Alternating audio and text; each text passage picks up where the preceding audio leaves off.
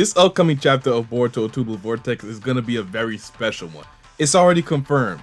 It's officially the 20th chapter of the time skip, and if we count part 1, it'll be the 100th chapter of the series. So I believe that calls for a little celebration, right? So a few days ago, I asked you guys to drop some hot takes or predictions for the upcoming chapter, and that's exactly what y'all did. Even more this month than last month, and a lot more variety of different comments and ideas. Don't miss out, because if your hot take is interesting enough, I'll be sure to include it in the next video. A lot of you have some great ideas that I want to share with everyone. And if your comment didn't get selected this month, don't worry. I do this every single month, so there will be plenty of other opportunities to get in on this. So just for the sake of not overextending the intro, I have my 10 chosen comments right here next to me, and I'm ready to get started. But before I do, like I said, I do this kind of video every single month, and I would love to keep doing it, but you guys gotta show me you enjoy it so I can keep on making them. So if you could just take like 7 seconds out your busy day to just leave a like on the video, that would be much appreciated. And with that, let's get into these comments. KAWAKI saving KONOHAMARU and others with limiters removed. Okay, so I feel like this is the most popular prediction for chapter 20, so to save time, I won't include other comments that basically say the same thing. But yes, I believe this to be true. I also made a video on this scenario happening as soon as chapter 19 released. It's really obvious. The story set up these current circumstances for KAWAKI to come out of nowhere and save everyone with his new powers. Actually, I made a video this month that served as a reminder that Delta was also there too. I guess everybody forgot about Delta. So not only can we expect KAWAKI to throw down with the Shinju, but Delta as well. She's currently just accompanying KAWAKI to make sure nothing crazy happens to him. It's not because she cares for KAWAKI or anything. She actually doesn't care for him at all. She's simply doing it because Ada told her to.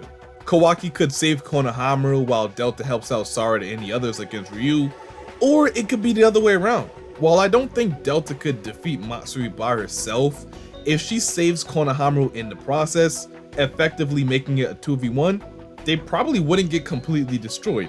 And believe it or not, I think KAWAKI coming into this fight will be so overwhelmingly strong that he will just destroy or force Ryu to retreat shortly after arriving. That way, it'll give him enough time to help KONOHAMARU and Delta in their situation. It's all written out. I strongly believe this is the direction that Ikimoto wants to go regarding the next chapter, or at least something very similar to this. So the second comment says, KONOHAMARU is really a shadow clone, and the real KONOHAMARU is gonna Rasengan her in the back. Now, I've been hearing this quite a few times from the community, so I thought I'd just include it into the video so I can address it now. I wouldn't be surprised if it was a shadow clone at the end of the day.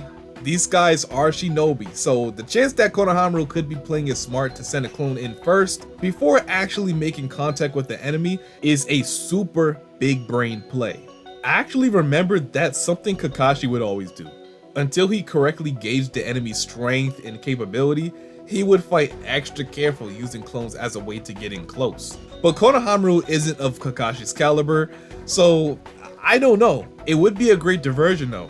Let's say Matsuri devours a clone, the clone disappears as she's devouring it, then she gets caught off guard. The moment she gets caught off guard, KONOHAMARU hits her in the back with a Rasengan, or any strong technique that could hopefully destroy her in one hit.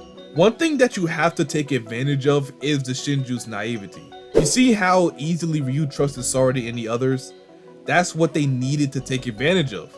Now it's gonna be near impossible to replicate that, especially for Ryu's case. He learned from that situation. It's a type of evolution. Matsuri's situation is slightly different because she's clouded with emotion right now. This is the perfect time for KONOHAMARU to play mind games with her.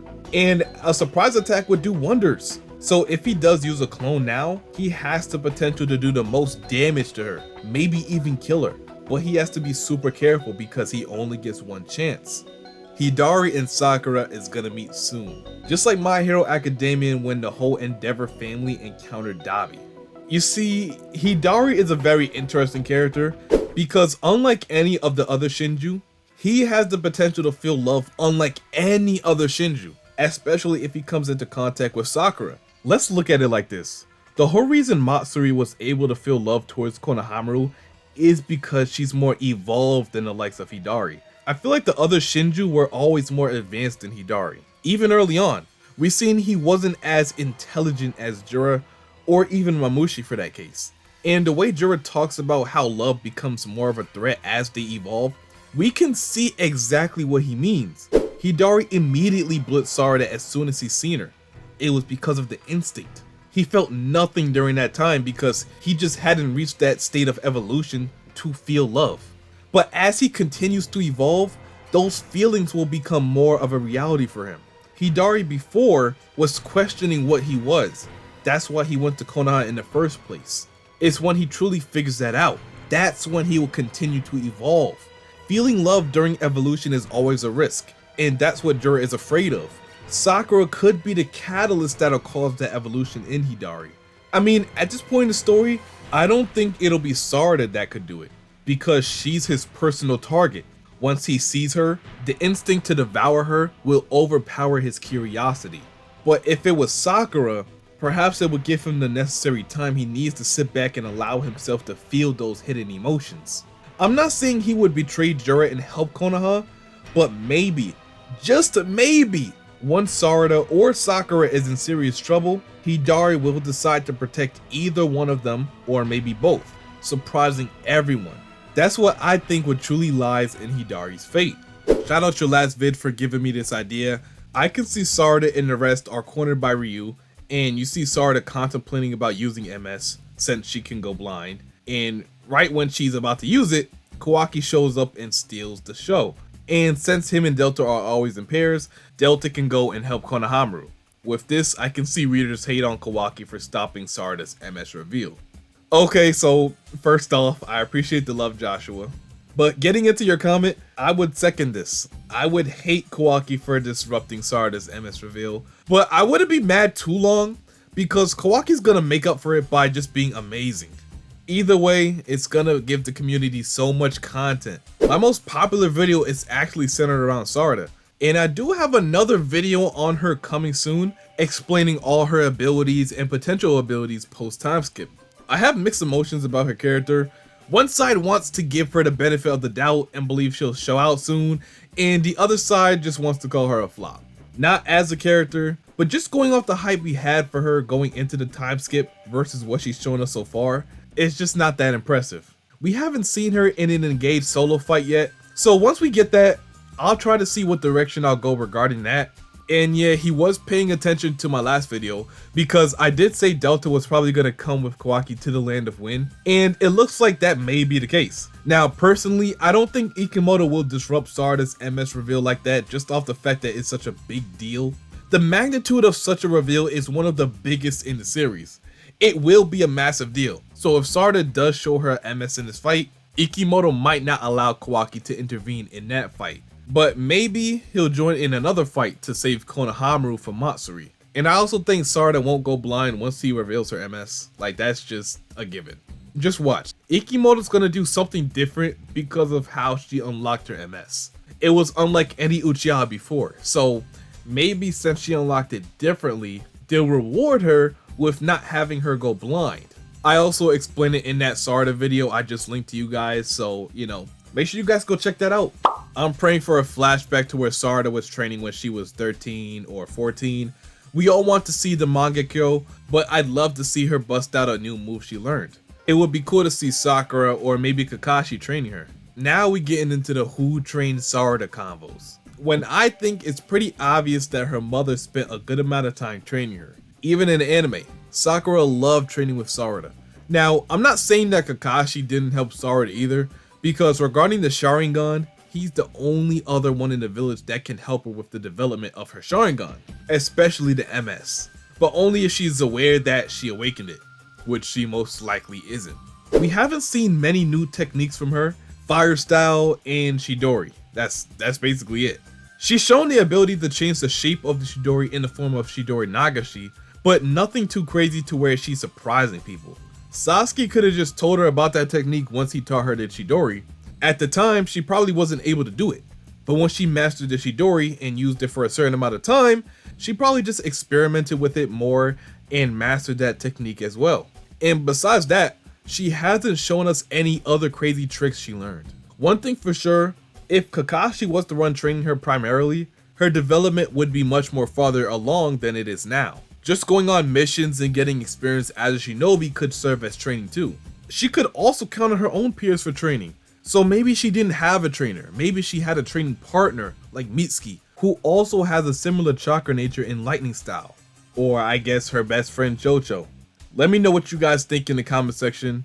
I'm going with either Sakura as a trainer or MITSUKI as her primary training partner. Rewatched OG Naruto, and Hiruzen Sarutobi uses a summoning jutsu to break out of a tree that was crushing him when fighting the first and second Hokage.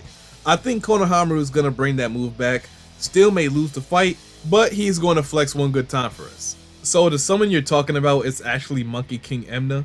He's the personal summon for Hiruzen, and they actually known each other for years upon years. He had the ability to transform into a staff that can extend to great lengths. Basically the same thing as Goku's Power Bow.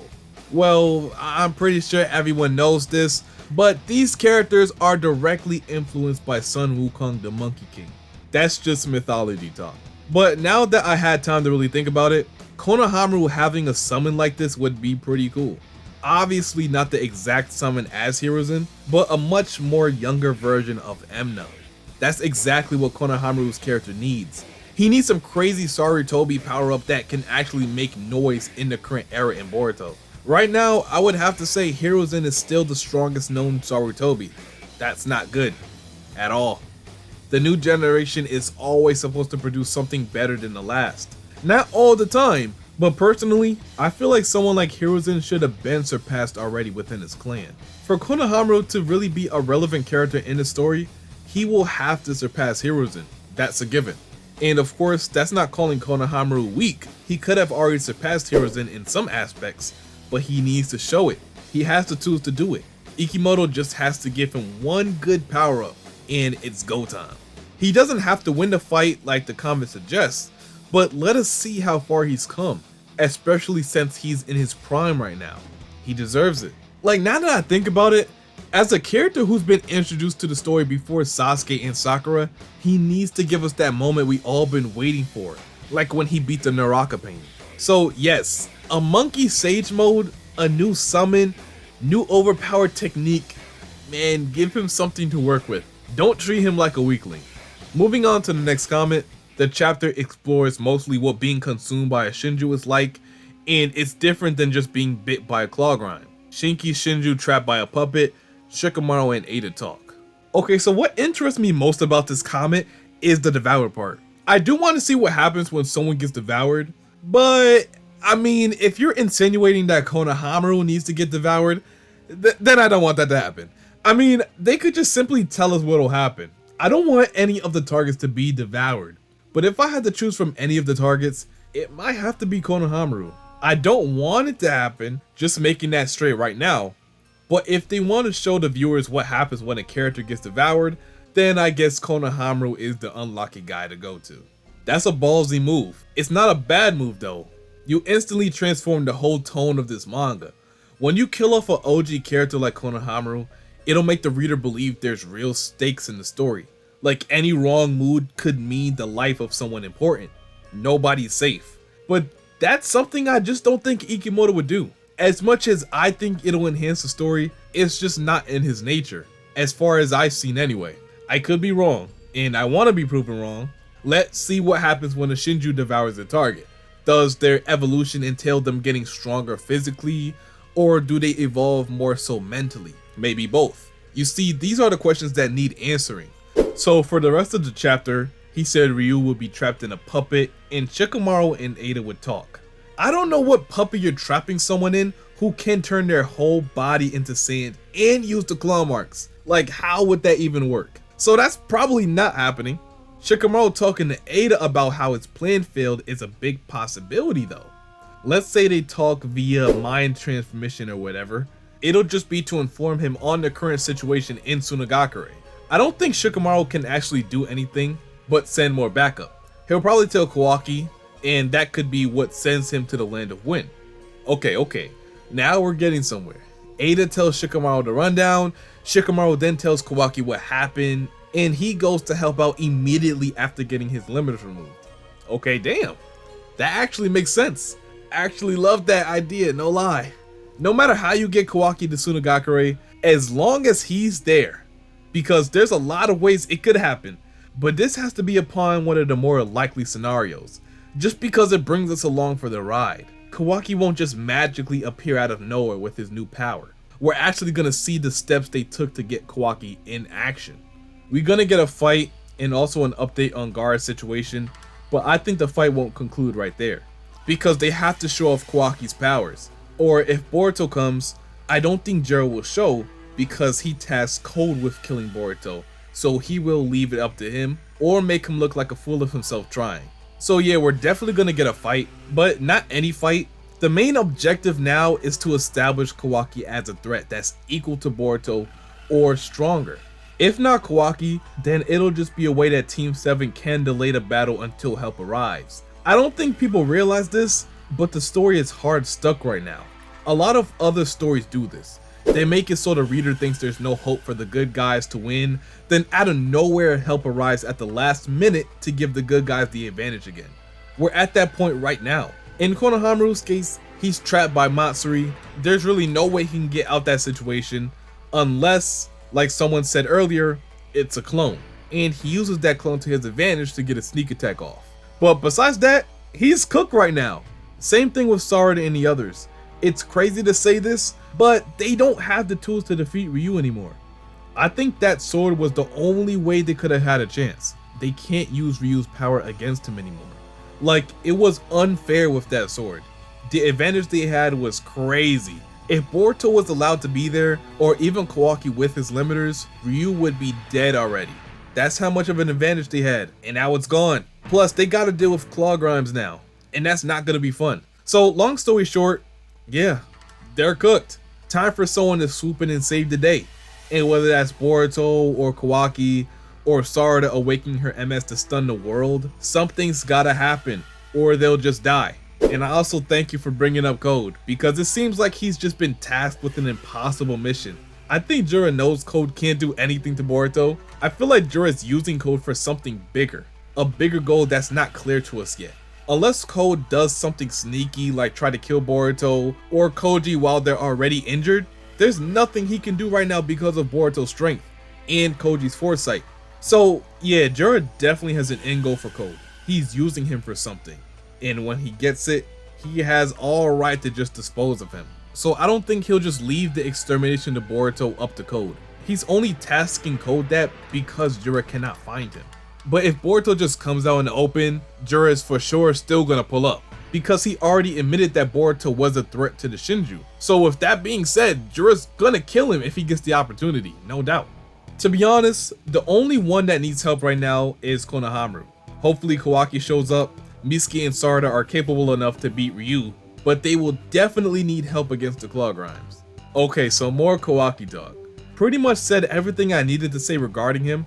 But if MITSUKI and Sarada are struggling against the claw grimes, they aren't doing anything to Ryu. We gotta stop undermining the Shinju's strength. They're completely cracked. The only reason MITSUKI and Sarada were able to land those hits is because of Araya creating that opening for them. And even then, they weren't able to bring him down completely. Like I said, unless guys start getting serious and using all their power, things will get worse sooner than better. I don't even know for real, but I just wanted to see Unlimited Kawaki or MS Sarada or Konohamaru's death. But this monthly thing is getting eh. Now, I added this comment last to more or less address the monthly thing, because a lot of people complain about this. Like, this is one of the main little gripes I see regarding Boruto. Now, I understand that the fact that this manga releases monthly sucks, but honestly, this is what it is. Some months it won't technically be a month because it'll release a few days early. You see, last month was a short month, and I think chapter 19 released on the 19th. If I'm correct, it was the 19th or 20th. We turn around and have a short month. This month releases on the 18th. Next month, it could be around the same or slightly earlier, like the 17th or 16th. So far, this series being monthly hasn't been half bad as everyone makes it out to be. We're just impatient, to be honest. Like, that's really what it is. We know the manga is good, so we want to indulge in it every week, just like Jujutsu Kaisen, Naruto, and other weekly manga. But what people don't understand is, manga, especially weekly manga, has periods of time where they go on hiatus due to things outside of the writer's control. or due to poor health of the writer. It's extremely hard to keep pushing out content every single week and have all the chapters be good. Naruto has had some really bad chapters, so has JJK, but it didn't really matter because it was weekly. Boruto's not gonna be as long as Naruto. It'll probably be around JJK's length, but it'll be around for a lot longer because of it being monthly. I'll take that over weekly, especially as a content creator. I can understand as a reader, but I'm happy with the quality of Boruto right now. We don't know how it'll affect the quality of the manga if Ikimoto is forced to put out weekly chapters. I've always been a quality over quantity person, and if he says he needs the time to ensure every chapter is up to par for us consumers, then so be it. I think all of you should think like that too.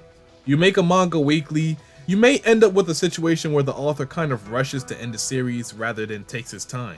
Just like some people accuse Gege of doing, right? So I never understood those comments. If you want Boruto to be good, give the writers time. The reason it's so good right now is because Boruto is monthly, and we should keep it like that for the foreseeable future. So anyways, that's pretty much it for the chapter 20 hot takes video. Really good comments this time. I'm glad I got to respond to a good batch of supporters. Hopefully next chapter will have new faces on this channel so we can get even more opinions. I'll be streaming the release of chapter 20 as soon as the leaks come out. So before you accidentally miss it, make sure you guys do the following: like, comment, subscribe, and the most important part, turn on the post notifications so you get notified when I do go live. I appreciate everyone who stayed and watched to the end and showed constant support to the channel. And until my next video, I'll see you boys and girls later, and I'm out. Peace.